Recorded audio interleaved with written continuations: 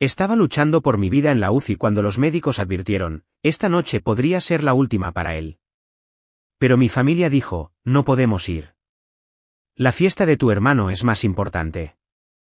Cuando finalmente llegaron, solo encontraron una cama vacía y mi carta. Sus rostros palidecieron mientras la leían. Gracias por estar aquí conmigo hoy. Espero que estén teniendo un día maravilloso donde quiera que se encuentren. Me encantaría que compartieran en los comentarios desde qué ciudad o país están viendo esto y qué hora es allí. Ahora, comencemos nuestra historia juntos. La llamada llegó, como siempre, en el peor momento posible. Estaba hasta el cuello en una sesión de depuración para un cliente cuyo proyecto amenazaba con descarrilarse. El brillo de mi monitor, la única luz en la oficina de mi pequeño apartamento. El café barato que había estado consumiendo durante horas se había vuelto ácido en mi estómago. Entonces mi teléfono, con su tono de llamada distintivo para mamá, rompió la frágil concentración que había logrado construir.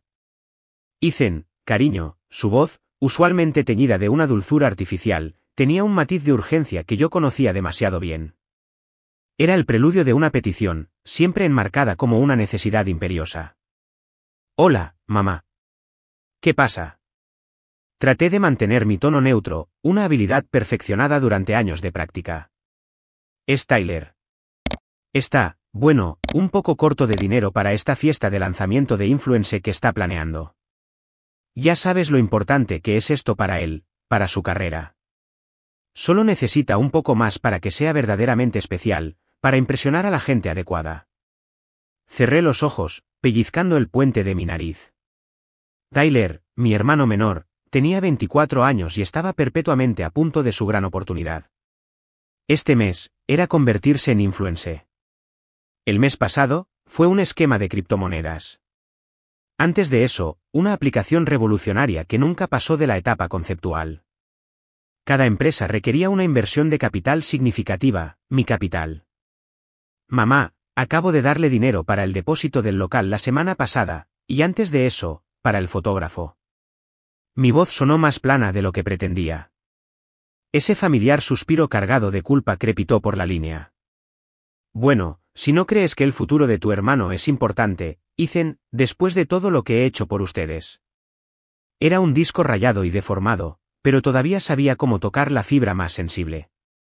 Después de que papá murió, cuando yo solo tenía 18 años y Tyler era un despistado de 14, hice una promesa. Él había agarrado mi mano, la suya frágil y temblorosa, su voz apenas un susurro, ahora eres el hombre de la casa, Etie. Cuida de tu madre y de Tyler. Y lo había hecho. Vaya si lo había hecho. Mi propio fondo para la universidad había sido desviado para pagar los atrasos de la hipoteca y un montón de deudas que papá dejó. Había trabajado en 2, a veces 3, empleos a tiempo parcial mientras estudiaba en el Community College, mientras Tyler pasaba la secundaria como si nada, siendo su mayor preocupación a qué fiesta asistir. Incluso me perdí mi propia mísera ceremonia de graduación de ese programa de 2 años porque Tyler se las había arreglado para tener un pequeño choque con un coche para el que yo había sido cofirmante, y me necesitaba para resolver la crisis. Está bien, mamá, dije, las palabras sabiendo a ceniza. ¿Cuánto esta vez? El nudo en mi estómago, un compañero constante cada vez que llamaba, se apretó. Siempre era así. Yo era el cajero automático familiar, el proveedor estoico y confiable, raramente agradecido, a menudo sutilmente criticado si no accedía lo suficientemente rápido o con suficiente entusiasmo fingido. Mamá, la maestra de la manipulación, siempre se hacía la mártir. Tyler, el encantador niño mimado de oro, flotaba por la vida en una nube de mi dinero y la adoración de ella. Sus logros más pequeños e insignificantes, usualmente posibles gracias a mis fondos, eran celebrados con una fanfarria desproporcionada. Recuerdo la cena que mamá organizó cuando Tyler finalmente obtuvo su licencia de conducir, al tercer intento. Uno hubiera pensado que había ganado un premio Nobel. Mientras tanto, mi ascenso a desarrollador principal en mi empresa unos años atrás mereció un distraído, oh, qué bien, cariño, antes de que la conversación inevitablemente volviera a la última necesidad de Tyler. El gesto despectivo característico de Tyler, si alguna vez me atrevía a sugerir cautela sobre uno de sus esquemas, era un movimiento de muñeca y un arrogante giro de ojos. No seas tan aguafiestas, Ed. No lo entenderías. Esto se trata de visión de futuro. Siempre presumía de que pronto triunfaría a lo grande, pero en el fondo yo sabía que envidiaba en secreto la competencia constante y discreta que yo había construido con esmero en mi propia carrera, una competencia que él no tenía ningún interés en cultivar para sí mismo. Su resentimiento se manifestaba en comentarios pasivo-agresivos sobre que yo era aburrido o solo trabajo y nada de diversión. La alegría forzada de las cenas familiares, usualmente celebradas en la vieja casa familiar que yo todavía ayudaba a pagar, siempre me dejaba sintiéndome como un extraño mirando desde afuera. Me sentaba allí escuchando los planes grandiosos de Tyler y los elogios efusivos de mamá, el olor de su estofado demasiado cocido mezclándose con el aroma empalagoso del ambientador barato que ella prefería. Todo se sentía como una actuación, y yo era el productor silencioso y no acreditado. Esta última fiesta de Tyler se suponía que sería su gran entrada al mundo del estrellato en las redes sociales. El presupuesto era obsceno, suficiente para la entrada de un coche modesto, pero lo necesitaba, insistía mamá, para proyectar la imagen correcta. La frase proyectar la imagen correcta era otra de sus favoritas. Un agotamiento persistente se había instalado profundamente en mis huesos durante los últimos meses, un dolor sordo que vivía detrás de mis ojos. Había estado tomando ibuprofeno como si fueran caramelos, atribuyéndolo al estrés, a las largas horas, al inminente golpe financiero de la fiesta de Tyler. Ya le había dado a mamá una suma considerable para ello, dinero en efectivo que había tenido que sacar de mis ahorros de emergencia. El día que entregué la última cuota para la fiesta, llovía a cántaros, reflejando la tristeza de mi alma. Conduje hasta la casa familiar, los limpiaparabrisas luchando por limpiar el diluvio. Mamá me recibió en la puerta, con la mano extendida antes de que yo hubiera entrado por completo. Tyler estaba recostado en el sofá, revisando su teléfono, ocasionalmente ladrando órdenes a mamá sobre algún detalle de último minuto de la fiesta. «Oh, Ethan, eres un salvavidas», arrulló mamá, arrebatando el sobre de mi mano. Tyler ni siquiera levantó la vista. «Asegúrate de que esté todo ahí, mamá». DJ Vortex subió sus tarifas. «¿No crees que deberías intentar ser un poco más entusiasta por tu hermano, Ethan?», reprendió mamá, ya contando los billetes. «Esta es una noche muy importante para él». Solo asentí, incapaz de articular una sola palabra. El peso de todo ello, de todos esos años, me oprimía. Musité un adiós y me dirigí de nuevo hacia la tormenta. Conduciendo a casa, estaba física y emocionalmente agotado. Las luces de la ciudad se volvieron borrosas a través del parabrisas azotado por la lluvia. Mi cabeza palpitaba. Una oleada de mareo me invadió, repentina e intensa. El resplandor de los faros que venían de frente pareció explotar ante mis ojos, cegadoramente blanco. Una bocina sonó estridentemente, un sonido aterrador y urgente que fue casi inmediatamente tragado por el rugido de mi propio pánico creciente. Giré bruscamente el volante, un gesto inútil. Los neumáticos perdieron agarre en el asfalto resbaladizo, el coche derrapando de lado. El mundo se inclinó, una sacudida nauseabunda que revolvía el estómago, luego el ensordecedor y violento crujido de metal contra metal.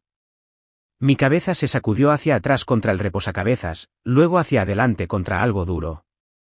Una explosión de dolor estalló detrás de mis ojos. Mi mundo se convirtió en una sinfonía de cristales rotos y metal chirriante. El olor acre a gasolina y algo caliente, quemado e inconfundiblemente metálico llenó el coche. Y justo antes de que la oscuridad me tragara por completo, un único pensamiento, escalofriantemente claro, atravesó el caos: ni siquiera notarán que me he ido hasta que necesiten algo. Emergí lentamente, como si nadara desde un vasto y oscuro océano. La primera sensación fue dolor, una agonía cegadora y difusa que parecía emanar de cada célula de mi cuerpo. Luego vinieron los sonidos, el pitido rítmico y monótono de las máquinas, una conversación en voz baja cerca, el susurro de tela almidonada. El olor fue lo siguiente, agudo y estéril, el inconfundible aroma antiséptico y enfermedad. Intenté abrir los ojos, pero mis párpados pesaban como plomo. Una mano fría tocó mi frente. «¿Ethan? ¿Puedes oírme? Estás en el hospital. Has tenido un accidente de coche». La voz era femenina, tranquila y amable. Con un esfuerzo monumental, logré entreabrir los ojos. Formas borrosas se resolvieron en una mujer con uniforme quirúrgico inclinada sobre mí. «Enfermera Emily», leía su placa de identificación. Detrás de ella, Los azulejos blancos y estériles del techo de un hospital. Un tubo de UCI serpenteaba en mis brazos. Un oxímetro de pulso sujeto a mi dedo, su pequeña luz roja, un ojo que no parpadeaba. ¿Qué pasó? Mi voz era un susurro seco y áspero. Sentía la garganta como papel de lija. Uno grave, me temo, dijo suavemente. Múltiples fracturas, algunas lesiones internas y una conmoción cerebral desagradable. Pero eres un luchador. Poco después, entró el doctor Peterson. Tenía ojos cansados pero un comportamiento compasivo. Explicó el alcance de mis lesiones con más detalle. Sus palabras fueron mesuradas, pero la gravedad era inconfundible. Ethan, las próximas 24 horas son críticas. Te hemos estabilizado, pero estás en un estado precario. Hemos intentado contactar a tu familia, pero el número que teníamos registrado no conectaba. Un destello de algo arraigado, esperanza, quizás, o solo instinto, me hizo darles de nuevo el número actual de mamá. La idea de ellos, de mamá, incluso de Tyler, estando aquí se sentía como una necesidad primordial, un anhelo de un ancla en el mar de dolor y confusión. Era un anhelo que sabía, incluso entonces, que probablemente sería defraudado, pero el niño maltratado en mí todavía anhelaba. La enfermera Emily dijo que los llamaría de inmediato. Entraba y salía de la consciencia, un limbo nebuloso y lleno de dolor. Debo haber estado más lúcido de lo que creía, porque recuerdo haber oído partes de la conversación cuando finalmente logró comunicarse, y luego me concentré con una claridad escalofriante y sobrenatural mientras ponía el teléfono en altavoz, probablemente para que el doctor Peterson pudiera intervenir si era necesario. La conexión era mala, con interferencias. S.R.A. Anderson. El tono profesional de la enfermera Emily era claro. Soy la enfermera Emily del Hospital General de la ciudad. La llamo por su hijo, Ethan. Ha tenido un accidente grave. Está en estado crítico. Hubo una pausa. Luego la voz de mamá, distante y diminuta, con el sonido distintivo de música y risas de fondo. La fiesta de Tyler. Estaba en pleno apogeo. «Oh, cielos santos», exclamó ella, su voz transmitiendo más sorpresa que alarma. ¿Está bien? Mire, esta noche es simplemente imposible. Esta es la gran fiesta de lanzamiento de Tyler, ¿comprende? Tanta planificación. Todos nuestros amigos están aquí. No podemos simplemente irnos. Sentí un terror frío comenzar a invadirme, más frío que el suero intravenoso goteando en mis venas. El doctor Peterson tomó el teléfono. Su voz era firme, cortando el ruido de fondo. Señora, soy el doctor Peterson, el médico de cabecera. Necesito ser muy claro. Su hijo está críticamente enfermo. No puedo enfatizar esto lo suficiente. Existe una posibilidad real de que no sobreviva la noche. Creemos que es imperativo que su familia esté aquí. Otra pausa, más corta esta vez. Luego la voz de mamá, la molestia agudizando su tono, despojándola de cualquier pretensión de preocupación. Bueno, los médicos siempre exageran para asustarte, ¿no es así? Tyler estaría absolutamente desconsolado si arruináramos su gran noche. Esta es su noche, doctor. Dígale a Ethan, dígale que esperamos que se sienta mejor. Intentaremos pasar por la mañana, si las cosas se calman. Y entonces, inconfundiblemente, la voz de Tyler de fondo, alta e impaciente, mamá, cuelga ya. Los del catering te necesitan. Diles que no sean tan dramáticos. Clic, el silencio que dejaron atrás fue más ruidoso que cualquier explosión, más dañino que cualquier golpe físico. Mi pecho se contrajo, una banda de hielo apretándose alrededor de mis pulmones, exprimiendo no solo el aire sino los últimos vestigios de esperanza a los que me había aferrado sobre ellos. Mi corazón no se rompió. Se hizo añicos en 1.000.000 de fragmentos congelados. Cada foto familiar preciada que colgaba en las paredes de mi memoria pareció curvarse y ennegrecerse en los bordes, convirtiéndose en acusaciones. El pitido constante y rítmico de mi monitor cardíaco se sentía como una burla cruel, una cuenta atrás no hacia la muerte, sino hacia una decisión que no sabía que necesitaba tomar. Las horas que siguieron fueron las más largas de mi vida. El dolor era una marea implacable, que subía y bajaba, pero la agonía emocional era una herida más profunda, más fría y constante. Los flashbacks parpadeaban detrás de mis párpados cerrados, una tortuosa presentación de diapositivas de los sacrificios de mi vida. Pagar por la interminable sarta de cursos universitarios fallidos de Tyler mientras yo comía fideos instantáneos para pagar el alquiler. Renunciar a la entrada que había ahorrado con esmero para un pequeño condominio propio para que mamá pudiera tener la nueva cocina que necesitaba desesperadamente. Las innumerables veces que había sido el conductor designado, el contacto de emergencia, el rescatador financiero, el solucionador de todos sus problemas, siempre dado por sentado, nunca verdaderamente visto. Las últimas palabras de mi padre, cuídalos, hijo, resonaban en mi mente, ya no como un voto sagrado sino como el tintineo de cadenas que había llevado voluntariamente. Yo había cumplido mi parte de ese trágico trato. Ellos simplemente lo habían explotado. La enfermera Emily fue mi único contacto humano durante esa noche desolada. Revisaba mis signos vitales con gentil eficiencia, me ofrecía sorbos de agua a través de una pajita, ajustaba mis almohadas. Su presencia era una pequeña vela parpadeante en una oscuridad abrumadora. Una vez, cuando una oleada de dolor me hizo jadear, simplemente apoyó su mano en mi brazo por un momento. «Estás luchando duro», dijo, sus ojos conteniendo una profunda y compasiva comprensión que mi propia madre no podía o no quería mostrar. Esa pequeña amabilidad significó el mundo. Mientras la primera luz sombría del amanecer comenzaba a filtrarse a través de las persianas, algo dentro de mí cambió.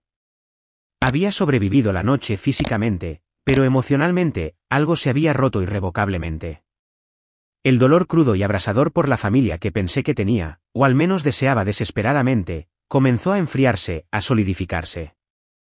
Se transformó en una ira dura como el diamante, luego en una claridad escalofriante, casi sobrenatural. Vi su explotación, su profundo egoísmo, al descubierto. Eligieron una fiesta por encima de mi pulso. Esto no era solo negligencia casual, era una devaluación activa y profunda de mi vida, de mi propia existencia. No moriría por ellos. Ya no y ciertamente no viviría para ellos ni un día más. Esta comprensión, brutal como fue, se convirtió en una especie de combustible perverso. Mi instinto de supervivencia, maltrecho pero no extinguido, rugió a la vida, exigiendo no solo que viviera, sino que viviera para mí mismo. La lucha no había terminado. Apenas comenzaba, una lucha diferente. Mientras el amanecer pintaba la habitación estéril en tonos de gris y rosa pálido, llamé a la enfermera Emily para que se acercara. Mi voz seguía siendo un graznido ronco, pero había una nueva firmeza en ella, una resolución que me sorprendió incluso a mí. «Papel», susurré. «Bolígrafo. Y mi teléfono, si sobrevivió al choque. Necesito hacer una llamada». La enfermera Emily me miró, una pregunta en sus ojos, pero obedeció sin decir palabra. Mi teléfono, milagrosamente, había sobrevivido, metido en la bolsa de mi portátil, que algún paramédico había rescatado. La pantalla estaba rota, pero se encendió. Mis dedos, torpes y rígidos, tropezaron con el teclado. Solo había una persona a la que podía llamar, una persona que siempre había visto las grietas en la fachada de mi familia, incluso cuando yo me había empeñado en taparlas, Chris, mi antiguo compañero de habitación de la universidad, ahora un exitoso diseñador gráfico que vivía al otro lado de la ciudad. Su voz, cuando respondió al tercer timbrazo, estaba espesa por el sueño. ¿Qué demonios? Son las 6 de la mañana. Chris, grazné, el esfuerzo de hablar haciendo que mi cabeza diera vueltas. Estoy en el hospital general de la ciudad. UCI. Accidente de coche. La somnolencia desapareció de su voz, reemplazada por una aguda preocupación. ¿Qué? ¿Estás bien? ¿Qué pasó? Le di la versión brutalmente condensada, sin omitir ningún detalle de la insensibilidad de mi familia. El silencio al otro lado de la línea fue pesado. Cuando finalmente habló, su voz estaba tensa por una furia que raramente le oía. Esas malditas sanguijuelas. Siempre supe que eran algo especial, Ed. Pero esto es un nuevo mínimo, incluso para ellos. Estoy en camino. Espera, Chris, dije, un plan desesperado formándose en mi mente, alimentado por la claridad helada que se había apoderado de mí. Necesito salir hoy. No puedo quedarme aquí, esperando que entren como si nada hubiera pasado. ¿Hablas en serio? Estás en la UCI. Lo sé, Pero quedarme aquí, bajo sus términos, se siente como una sentencia de muerte diferente. Necesito tu ayuda. Y Chris, bendito sea su leal corazón, no discutió más. Vale, amigo. Vale. ¿Qué necesitas? Durante las siguientes horas, débil como estaba, una determinación feroz y lúcida se apoderó de mí. Con Chris al teléfono, actuando como mi representante, pusimos las cosas en marcha. Contactó a una abogada que conocía, una mujer astuta y pragmática llamada señora Carter, y le explicó la situación. Logré tener una breve y ronca conversación con ella, autorizando a Chris a actuar como mi enlace para necesidades inmediatas. La prioridad era sacarme de allí y comenzar a cortar los lazos financieros que me habían atado a mi familia durante tanto tiempo. Mientras Chris hacía arreglos para una recogida discreta y un lugar seguro temporal para que me recuperara, comencé a escribir. Cada palabra en esa barata libreta de hospital era un esfuerzo, mi mano temblando, mi visión nublándose periódicamente por la conmoción cerebral. Pero cada palabra también era un eslabón arrancado de las cadenas que me habían atado. Esta carta no era solo un adiós. Era una declaración de independencia, una cuenta final. Era un acto de ruptura, preciso e irreversible. El doctor Peterson entró a media mañana, con el ceño fruncido por la preocupación cuando la enfermera Emily le informó de mis intenciones. Ethan, dijo, su tono gentil pero firme, desaconsejo encarecidamente esto. Estás estable, sí, la crisis inmediata de la primera noche ha pasado, pero estás lejos de recuperarte. Irme ahora es un riesgo significativo. Necesitas monitoreo continuo, fisioterapia. Doctor, interrumpí, mi voz sorprendentemente firme. Aprecio todo lo que usted y su personal han hecho. Me salvaron la vida. Pero quedarme aquí, sabiendo que podrían entrar en cualquier momento con sus disculpas vacías y excusas egoístas. Eso es un riesgo mayor para mi cordura, para mi voluntad de recuperarme por completo. Necesito hacer esto en mis términos. Me miró durante un largo momento, su mirada inquisitiva. Quizás vio la resolución inquebrantable en mis ojos, la mirada de un hombre que había sido llevado más allá de su límite. Suspiró, un sonido de resignación. Contra el consejo médico, entonces. Tendrás que firmar los formularios. Con gusto. Mi mano tembló mientras garabateaba mi firma, no por debilidad esta vez, sino por el peso puro, aterrador y estimulante de la libertad que estaba reclamando. Chris llegó, con aspecto sombrío y decidido, una pequeña bolsa de viaje en la mano. Con su ayuda y la de un transporte médico privado muy discreto que había organizado, me sacaron de la UCI y me metieron en una furgoneta sin distintivos. Cada movimiento enviaba sacudidas de dolor a través de mi cuerpo, pero era un dolor limpio, un dolor físico infinitamente preferible a la enfermedad del alma que mi familia infligía. Eran poco después de las 11 de la mañana cuando mamá y Tyler finalmente se dignaron a aparecer en el Hospital General de la ciudad. Los imaginé entrando pavoneándose, quizás Tyler revisando su reflejo en las puertas de cristal, mamá ensayando sus líneas de madre preocupada pero agobiada. Esperarían encontrarme patéticamente agradecido por su presencia, listo para perdonar y olvidar, y lo más importante, listo para reanudar mi papel como su salvavidas financiero. En cambio, encontraron una cama vacía y despojada. La única señal de que alguna vez había estado allí era un único sobresellado, yaciendo crudamente sobre el colchón desnudo cubierto de plástico. Podía imaginar la confusión inicial de mamá, luego su irritación. ¿Dónde está?, le exigiría a la enfermera más cercana. ¿Lo trasladaron sin avisarnos? ¡Qué descaro! Tyler, siempre egocéntrico, probablemente miraría su teléfono, impaciente. Probablemente solo quiere atención. Tan dramático. Entonces mamá vería la carta. La recogería, con el ceño fruncido. La abriría de un tirón, su expresión cambiando a medida que sus ojos recorrían la escritura pulcra y deliberada, de la confusión a la molestia, luego a un horror incipiente y boquiabierto. Mi carta era calmada, desprovista de histeria, pero brutal y factualmente honesta. Para cuando leas esto, me habré ido. Anoche, el doctor Peterson te informó que podría no sobrevivir. Elegiste la fiesta de Tyler. No voy a enumerar todos los sacrificios que he hecho a lo largo de los años, la tinta se agotaría. Pero recordemos algunos puntos destacados, los $15,000 que te di, mamá, para el viaje de estudios europeo de Tyler, que, como ambos sabemos, fue una gira de fiesta de 3 meses por España. O la entrada para mi propio pequeño apartamento que sacrifiqué para que pudieras tener las renovaciones de cocina y necesitabas desesperadamente, para la casa que ya estaba ayudando a pagar. Y mamá, esos $20.000 que te di el mes pasado, específicamente para la reparación urgente del tejado, que juraste que la casa necesitaba antes del invierno. Sé que fueron directamente a la cuenta de Tyler para financiar esta misma fiesta de lanzamiento de Influence. Vi accidentalmente la notificación de la transferencia bancaria en tu tableta la mañana que dejé el dinero. Ni siquiera intentaste ocultar muy bien tu engaño, ¿verdad? El tejado sigue goteando, ¿no es así? Podía oler la humedad en el ático la última vez que estuve allí. Tu elección, tu flagrante priorización de una fiesta sobre mi posible muerte, fue simplemente la confirmación más ruidosa e innegable de lo que creo que siempre he sabido en el fondo, pero me negué obstinadamente a ver. Nunca fui verdaderamente familia para ustedes.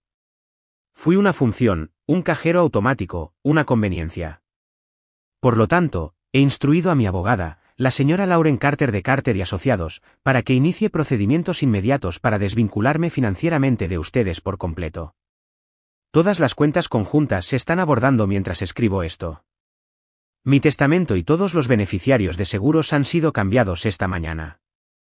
Mi amigo Chris Parker es ahora mi único contacto de emergencia y tiene mi poder notarial médico y general. Lamentaron mi ausencia de la fiesta de Tyler y la posible interrupción de la misma más de lo que contemplaron mi muerte real. Así que, les estoy dando lo que realmente valoran, mi ausencia permanente de sus vidas. No intenten encontrarme. No intenten contactarme. Vivan las vidas que han elegido con los recursos que ustedes mismos puedan generar. Esto no es una negociación. Es una declaración final. Casi podía oír el grito ahogado de mamá, sentir la carta revoloteando desde sus dedos repentinamente entumecidos.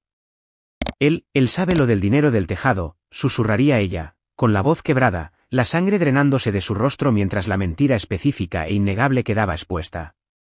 Tyler arrebataría la carta, su arrogancia habitual aún aferrada a él como colonia barata. Luego, mientras leía, especialmente la parte sobre el corte financiero, esa bravuconería se evaporaría como niebla al sol. No puede hacer esto, chillaría, su voz elevándose en pánico. Mi marca. Mis patrocinadores. Está tratando de arruinarme. Esto es tan injusto. Luego vendría el lamento característico de mamá, el que desplegaba cada vez que sus manipulaciones eran desafiadas. Pero somos familia. ¿Cómo pudo ser tan cruel, tan desagradecido, después de todo lo que he sacrificado por él? La profunda y asombrosa ironía de sus palabras, como siempre, se le escaparía por completo. Y quizás la enfermera Emily, que había presenciado su llegada tardía y despreocupada y ahora su crisis teatral, daría un paso adelante. En mi mente, la veía tranquila y firme, su mirada inquebrantable. Preguntó por ustedes toda la noche, diría ella, su voz baja pero llevando el peso inconfundible del juicio. El doctor fue muy claro sobre su estado crítico.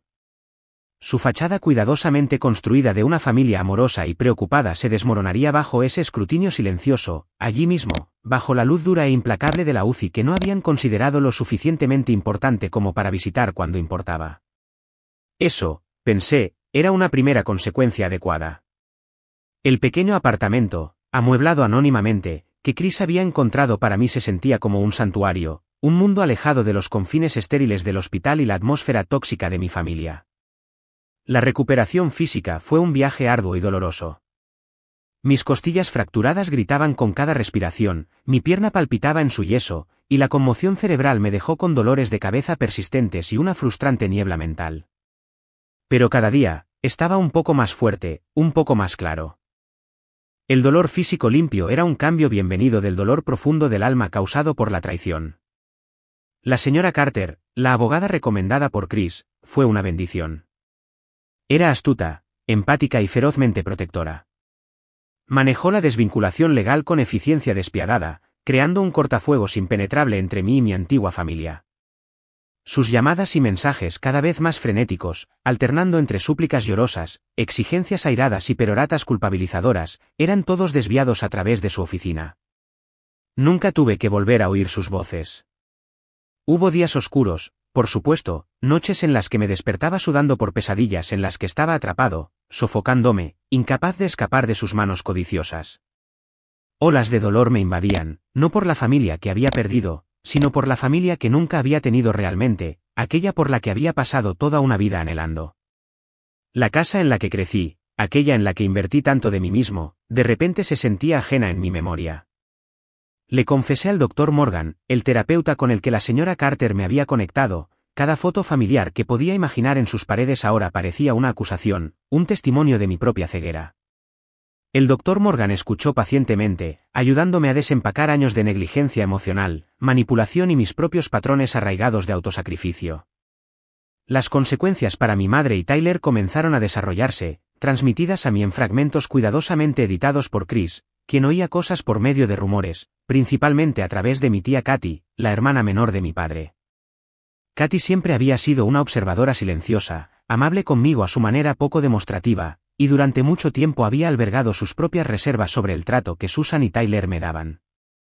Giro número 1. Mi conocimiento del engaño del dinero del tejado los había golpeado duramente, un golpe directo a su capacidad de hacerse las víctimas. Pero el giro número 2, la magnitud total de su dependencia financiera de mí, fue el que realmente hizo que su castillo de naipes se derrumbara. La carrera de influencer de Tyler implosionó espectacularmente sin mis continuas infusiones financieras para apuntalar su imagen, la ropa de diseñador que compraba y devolvía, los coches de lujo alquilados para sesiones de fotos, los bots que pagaba para inflar su número de seguidores. Su personaje en línea se reveló como una farsa hueca. Los patrocinadores de los que había presumido nunca se materializaron. La lujosa fiesta de lanzamiento, por la cual había acumulado una deuda considerable asumiendo que yo la cubriría, ahora tenía acreedores acosándolo. Por primera vez en su vida mimada, Tyler enfrentó consecuencias reales e inevitables.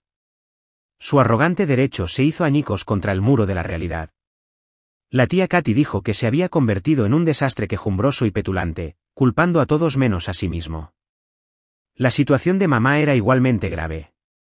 Sin mis sustanciales contribuciones mensuales cubriendo la hipoteca y sus innumerables gastos, la fachada de su cómodo estilo de vida de clase media se desmoronó. El tejado con goteras que mencioné en mi carta se convirtió en una metáfora sombríamente apropiada de toda su estructura financiera en colapso. La tía Katy informó discretamente a Chris, quien luego me lo dijo a mí, que mamá también había solicitado varios préstamos personales con altos intereses y una segunda hipoteca sobre la casa a lo largo de los años, siempre asumiendo que yo, Ethan el confiable, eventualmente la rescataría. Ahora, llegaban avisos de ejecución hipotecaria. Se vio obligada a intentar encontrar un trabajo, algo que no había hecho en más de 30 años, y su indignación por esta humillación fue aparentemente épica.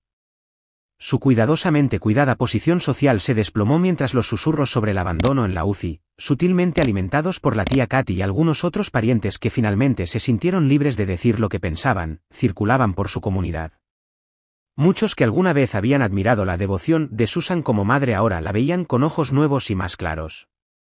Intentaron campañas de desprestigio, por supuesto. Escuché de segunda mano que yo era mentalmente inestable, desagradecido, que había abandonado cruelmente a mi madre enferma y afligida. Pero la verdad, incluso en su relato más silencioso, tenía más poder. A pesar de todo, me concentré en sanar. Cambié mi número de teléfono. Encontré una satisfacción pequeña y tranquila en cosas simples, el sabor del café recién hecho solo para mí, el sol en mi rostro durante caminatas cortas y dolorosas por el parque mientras mi pierna sanaba, la compañía tranquila de Chris, que pasaba con la compra o simplemente para sentarse a ver una película. Nunca me presionó para hablar, pero siempre estuvo allí para escuchar cuando lo necesitaba. Comencé a dibujar de nuevo, un viejo pasatiempo que había abandonado hacía años, encontrando un extraño consuelo en las líneas precisas y el suave sombreado. Aprendí que la familia no es una obligación de soportar un dolor interminable, de prenderte fuego para mantener a otros calientes. Se supone que es un puerto seguro, un lugar de respeto mutuo y cuidado genuino. La mía había sido un naufragio, y finalmente estaba aprendiendo a nadar lejos, hacia mi propia orilla. Comencé a construir mi familia elegida, anclada por la lealtad inquebrantable de Chris y fortalecida por algunas nuevas amistades que tímidamente comencé a cultivar. Una última comunicación formal pasó entre nosotros, o más bien, entre nuestros abogados. La señora Carter envió una carta de cese y desistimiento a mi madre y a Tyler a través de su propio abogado, adquirido apresuradamente y probablemente agobiado, declarando firmemente que cualquier intento adicional de contacto directo o indirecto se enfrentaría con acciones legales por acoso. Cualquier correo que intentaron enviar fue devuelto sin abrir. La puerta no solo estaba cerrada, estaba atrancada y con cerrojo. Pasó un año, luego otro. Las cicatrices físicas se desvanecieron, dejando solo tenues líneas blancas en mi piel. Las emocionales eran más profundas, más complejas, pero ya no dolían con la misma intensidad. Eran parte de mi ahora, recordatorios de batallas libradas y ganadas, de una ruptura profunda y necesaria. Vivía una vida más sencilla en un apartamento más pequeño, trabajando en un empleo menos exigente pero más satisfactorio como consultor para organizaciones sin fines de lucro. Estaba saliendo con una mujer llamada Olivia, no la enfermera Emily, sino alguien nuevo, alguien amable y divertida que me veía por quien era, no por lo que podía proporcionar. Estaba, por primera vez en mi vida adulta, verdaderamente en paz. A veces, tarde en la noche, miraba por la ventana las luces de la ciudad, y una punzada distante resonaba en mi pecho. No por ellos. Ya no. Sino por el niño perdido que había intentado tan desesperadamente ganarse un amor que nunca estuvo realmente allí para ser dado. Él ya no estaba, y en su lugar había un hombre que entendía su propio valor. Dicen que la sangre es más espesa que el agua. Pero aprendí que a veces, el agua es lo que necesitas para limpiarte de la sangre tóxica, para lavar el veneno. Mi familia se convirtió en una tormenta que amenazaba con ahogarme. Elegí nadar hacia la orilla. ¿Qué elección harías tú si las personas que se suponía que más te amaban se convirtieran en la fuente de tu dolor más profundo? ¿Qué habrías hecho tú?